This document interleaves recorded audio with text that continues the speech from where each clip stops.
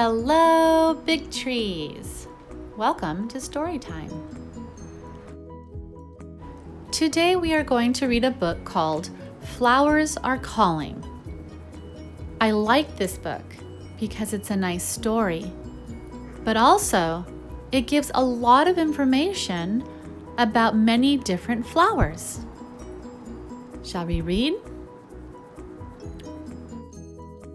Flowers Are Calling. Words by Rita Gray. Pictures by Kennard Pack. Flowers are calling a little black bear. No, not a bear. He doesn't care. They're calling a butterfly to dip in the air. Flowers are calling a wet green frog. No, not a frog. She likes her soggy bog. They're calling a bumblebee to look near their log.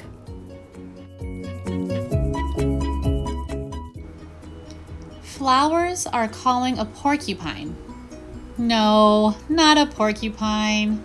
She wouldn't take the time. They're calling a hummingbird to sip at their vine. Queen Anne's lace. Butterflies like a landing pad when they drink nectar. Monkshood. Bumblebees are hefty enough to push deep inside a monkshood flower where nectar is stored. Trumpet honeysuckle. Hummingbirds use their long tongues to reach the nectar hidden deep in tubular flowers and hover as they drink. Flowers are calling a loud blue jay. No, not a jay. He wouldn't stay. They're calling a honeybee to fly their way. Flowers are calling a little moose. No, not a moose. What would be the use? They're calling a beetle to eat their pollen loose. Flowers are calling a rabbit to stop. No, not a rabbit. It's not their habit to call a rabbit. He might grab it. They're calling a bee fly to visit their spot. Apple tree blossom. Honeybees help make many of the fruits, nuts, and vegetables we eat by pollinating fruit tree blossoms, such as the apple tree. There are also thousands of varieties of wild bees that help to make many of the foods we eat. Magnolia. Beetles have been visiting flowers for more than 100 million years. Violet.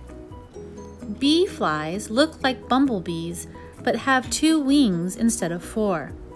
Like hummingbirds, they are able to hover their furry bodies in the air as they drink nectar.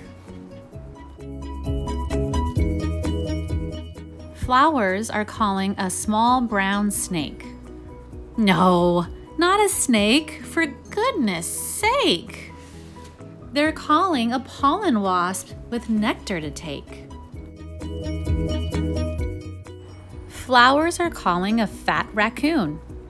No, not a raccoon. He doesn't care for white bloom or sweet perfume. They're calling a moth in the light of the moon.